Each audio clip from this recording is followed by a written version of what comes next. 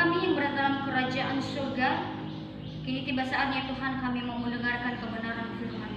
Berkati hati serta pemikiran kami Tuhan, sehingga kami Tuhan dapat mengerti memahami arti dari kebenaran firman-Mu pada saat ini. Hamba-Mu yang menyampaikan kebenaran firman-Mu, mampukanlah hamba-Mu ini ya Tuhan, sehingga apapun yang hamba-Mu sampaikan dapat menjadi berkat bagi kami. Berfirmanlah Engkau lewat hamba-Mu, karena kami sudah siap mendengarkan firman-Mu ya Tuhan. Dalam nama Tuhan Yesus Kristus kami telah berdoa. Haleluya. Amin.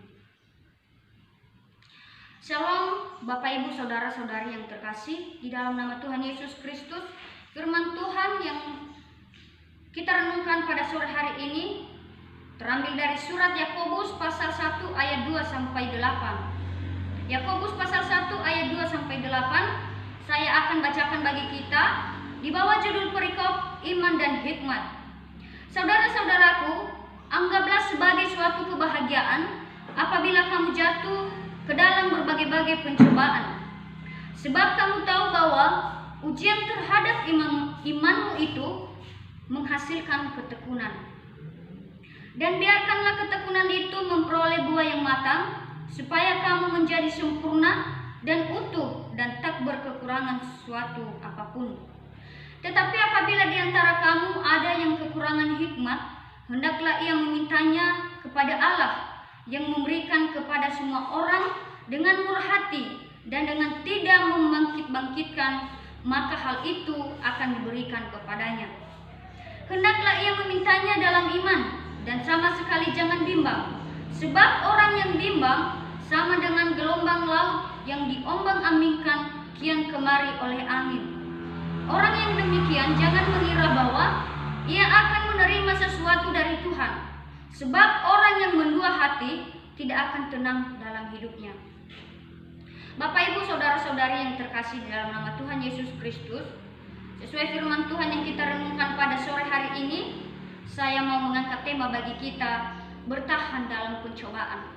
Sekali lagi, tema kita pada sore hari ini, bertahan dalam pencobaan. Banyak orang Kristen yang berpikir pada saat ini bahwa mengikut Tuhan akan terlepas dari segala masalah. Mengikut Tuhan akan terlepas dari segala cobaan. Sehingga yang mereka pikirkan hanyalah berkat, berkat dan berkat. Pemikiran seperti inilah yang sering kali membuat kita sebagai orang-orang Kristen diombang-ambingkan oleh keadaan. Bapak Ibu Saudara-saudari yang terkasih, ada sebuah ilustrasi. Seorang pemuda yang mengemudikan mobilnya bersama ayahnya. Setelah beberapa puluh kilometer, mereka melewati perjalanan mereka. Tiba-tiba awan hitam datang bersama dengan angin kencang. Langit menjadi gelap dan beberapa kendaraan mulai menepi dan berhenti. Tiba-tiba pemuda ini bertanya kepada ayahnya, "Ayah, bagaimana dengan kita? Apakah kita berhenti?" Kemudian ayahnya menjawab, "Teruslah mengemudi." Kemudian pemuda ini tetap menjalankan mobilnya. Langit makin gelap dan angin mulai bertiup kencang dan hujan pun turun, dan ada banyak pohon yang bertumbangan dan bahkan ada banyak pohon yang diterbangkan oleh angin. Sehingga suasana pada saat itu sangat menakutkan. Dan beberapa kendaraan yang besar berhenti di tengah badai itu. Kemudian sang pemuda ini bertanya lagi kepada ayahnya, apakah mereka berhenti? Tetapi ayahnya memberikan jawaban yang sama dengan sebelumnya. Teruslah mengemudi. Kemudian anaknya ini dengan bersusah payah dia tetap mengemudi, dan di tengah-tengah hujan yang lebat yang menghalangi pandangan mereka, dia mulai ketakutan. Tetapi dia tetap mengemudi mobilnya itu walaupun sangat perlahan. Setelah beberapa lama kemudian, mereka dalam perjalanan mereka mulai merasakan bahwa hujan sudah mulai reda dan angin sudah mulai bertiup sehingga pada akhirnya mereka sampai di daerah yang kering dan matahari yang bersinar.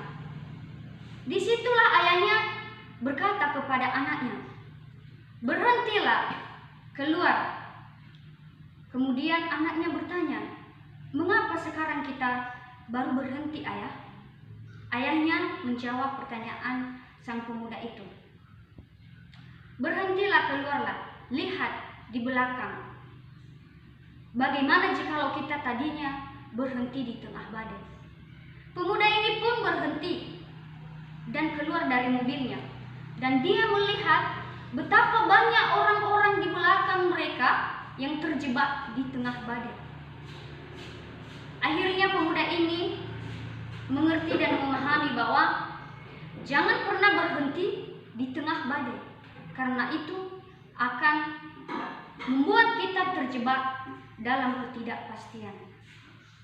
Bapak, Ibu, saudara-saudari yang terkasih di dalam nama Tuhan Yesus Kristus, sama halnya dengan surat Yakobus yang dituliskan kepada kedua belah suku di perantauan pada saat itu, atau kepada orang-orang Yahudi Kristen yang berada di luar Palestina. Orang-orang Yahudi atau orang-orang Kristen pada saat itu mengalami banyak cobaan. Mereka mengalami banyak tekanan, dan bahkan mereka dihina, dibenci oleh orang-orang Yahudi yang non-Kristen. Oleh sebab itu, Yakobus ingin sekali menuliskan suratnya kepada orang-orang Kristen pada saat itu, karena dia tahu dan melihat bahwa mereka mengalami kemerosotan iman. Karena bukan hanya saja mengalami pencobaan atau tekanan pada saat itu, tetapi ada banyak ajaran-ajaran sesat yang diperhadapkan kepada mereka. Bapak, Ibu, saudara-saudari yang terkasih, berdasarkan tema yang saya bagikan kepada kita pada sore hari ini, saya mau bagikan dua hal. Bagaimana sikap kita sebagai orang Kristen yang sudah percaya kepada Tuhan untuk tetap bertahan di dalam pencobaan. Bagaimana sikap kita sebagai orang Kristen untuk tetap bertahan di dalam pencobaan. Yang pertama, menghadapi pencobaan dengan menganggap suatu kebahagiaan. Sekali lagi, poin yang pertama, menghadapi pencobaan dengan menganggap sebagai suatu kebahagiaan. Kita dapat melihat dari ayat yang kedua, di situ dikatakan bahwa saudara-saudaraku, anggaplah sebagai suatu kebahagiaan apabila kamu jatuh ke dalam berbagai-bagai pencobaan. Bapak, Ibu, dan saudara-saudara yang kukasihi dalam nama Tuhan Yesus Kristus, kita tahu bahwa Yakobus menegaskan kepada orang-orang Kristen pada saat itu, atau kepada kita pada zaman sekarang, bahwa di dalam menghadapi pencobaan itu, kita harus ada sukacita. Kita harus ada kebahagiaan. Kebahagiaan dalam bahasa aslinya adalah kara. Dalam terjemahan King James Version mengatakan gladness, yang artinya kegembiraan. Kemudian dalam terjemahan bahasa Indonesia sehari-hari mengatakan merasa beruntung.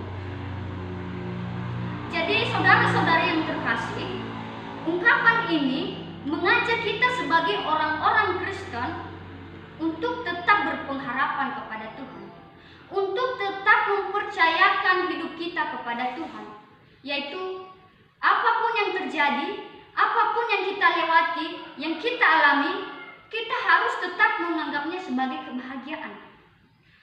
Artinya, kita melewati berbagai cobaan bukan berarti kita menganggap bahwa kesukaran-kesukaran itu kita anggap sebagai kesukaan, atau kesukaran itu kita anggap sebagai berkat.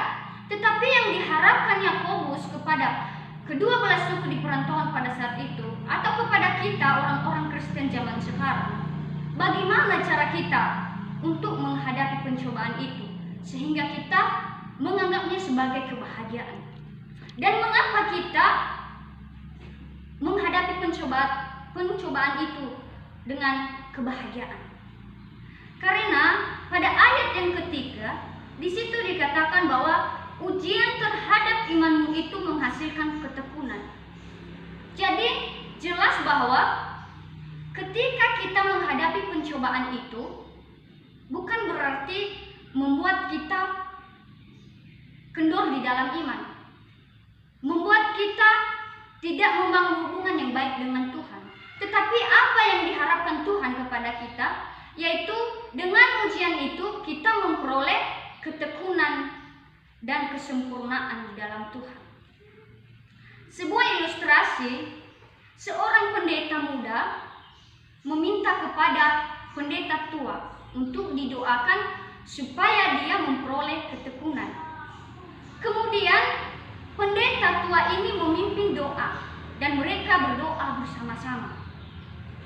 Di dalam doa pendeta tua ini tidak menyinggung sama sekali tentang ketekunan. Tetapi apa yang dia minta kepada Tuhan, pendeta tua ini, yaitu dia meminta supaya Tuhan memberikan berbagai kesukaran dan penderitaan kepada pendeta muda itu.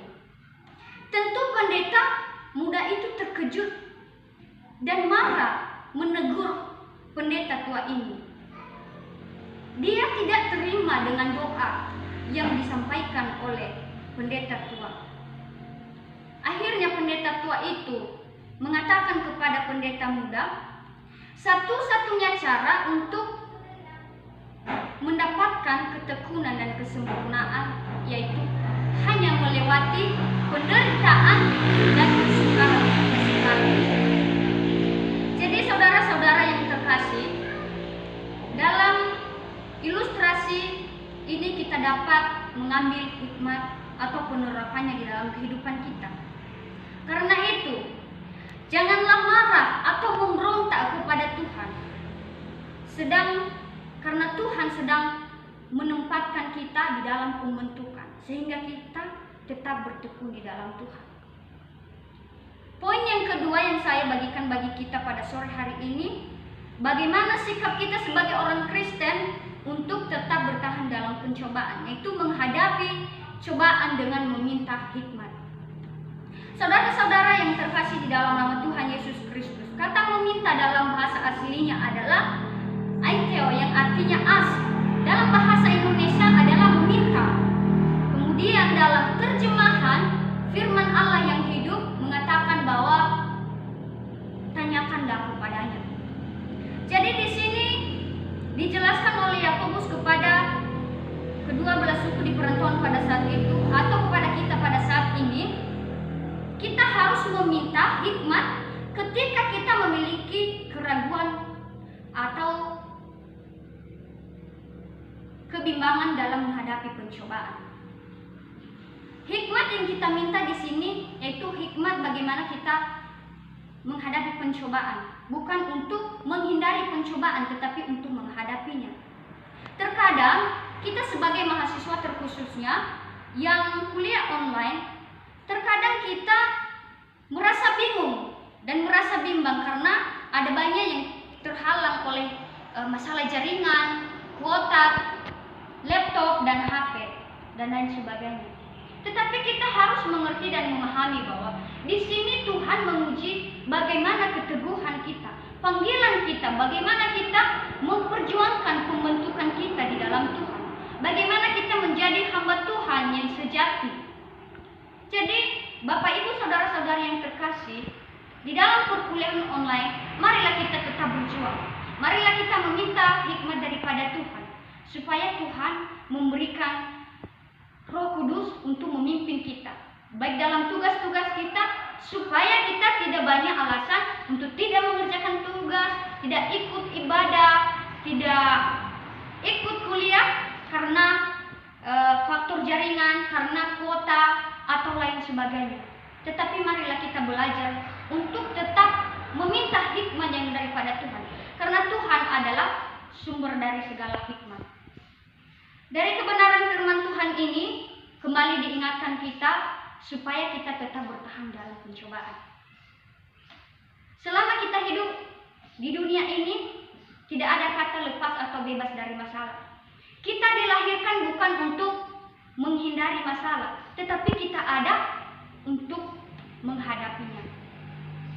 Jadi kita umat-umat Kristen, orang-orang Kristen yang sudah percaya kepada Tuhan, marilah kita terus memperlengkapi hidup kita untuk tetap memakai senjata rohani, memakai iman, kasih dan pengharapan kepada Tuhan. Marilah kita sepenuhnya mempercayakan hidup kita kepada Tuhan. Kita percaya kepada Tuhan. Jangan pernah bersandar kepada pengertian kita sendiri, tetapi percayalah sepenuhnya kepada Tuhan.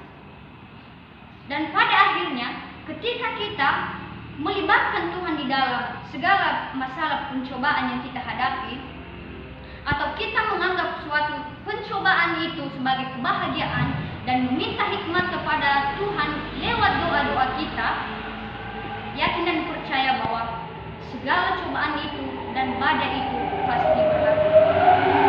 Demikianlah kebenaran firman Tuhan yang kita renungkan pada sore hari ini. Biarlah Tuhan akan menolong kita, memampukan kita untuk melakukannya dalam kehidupan kita sehari-hari. Tuhan Yesus memberkati. Kita berdoa. Terima kasih Tuhan untuk firman-Mu yang telah mengingatkan kami pada saat ini, supaya kami Tuhan pada saat-saat ini, terlebih-lebih Tuhan untuk pandemi ini Tuhan Yesus COVID-19 ini, supaya iman kami Tuhan tetap teguh di dalam Tuhan, supaya kami Tuhan tetap bertahan dalam menghadapi segala cobaan-cobaan yang seringkali menghampiri kami pada saat ini. Tolong kami Tuhan, mampukan kami supaya kami Tuhan menjadi orang-orang yang sepenuhnya percaya dan mempercayakan hidup ini hanya kepada Tuhan. Di dalam nama Tuhan Yesus Kristus kami telah berdoa dan bersyukur. Haleluya. Amin.